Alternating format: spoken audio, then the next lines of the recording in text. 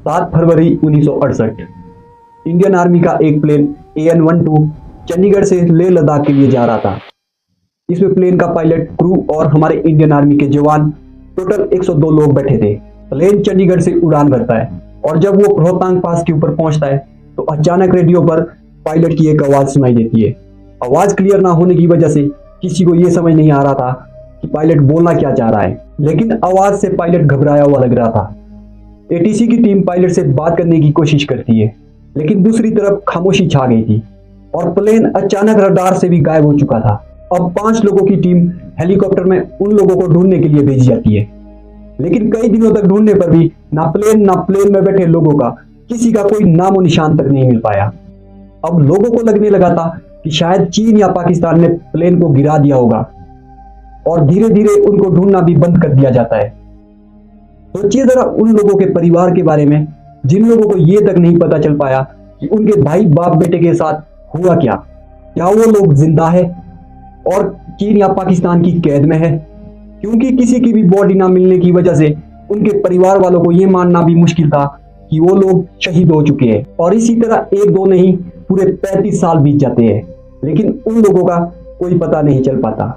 और फिर आता है 2003। 11 लोगों का एक ग्रुप कुल्लू के ढाका ग्लेशियर पर ट्रैकिंग कर रहा था कि अचानक उनको बर्फ में एक चमकती हुई चीज दिखाई देती है। जब पास जाकर देखते हैं तो वो एक डेड बॉडी होती है। पुलिस आती है। पुलिस को डेड बॉडी की जेब में एक आई कार्ड मिलता है जिस पर नाम लिखा था सिपाही बेलीराम। ये वही इंडियन आर्मी के जवान थे जो 1968 में उस प्लेन में सफर कर रहे थे।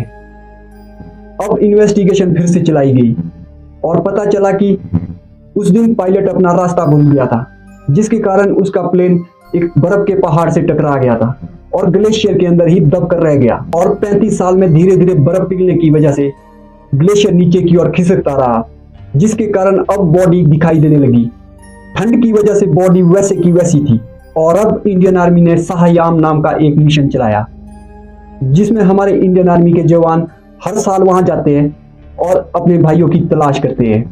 ये मिशन आज भी चल रहा है। 2018 में एक बॉडी मिली, 19 में प्लेन का इंजन मिला और अभी हाल ही में 2024 में 4 और बॉडी मिली। लेकिन सोचिए उस परिवार के बारे में जिनको 56 साल बाद अपनों की बॉडी नसीब हुई है। एक जवान मलखन सिंह, जिनकी बॉडी 2024 में मिलती है। जब वो घर से निकले थे तो उनकी शादी होने वाली थी, लेकिन अब 56 साल बाद उनके घर उनकी बॉडी पहुंचती है और पूरा गांव अमर रहे के नारों से गूंज जाता है। आज भी 50 से ज्यादा लोगों की डेड बॉडी उस बर्फ में दबी हुई है और हमारे इंडियन आर्मी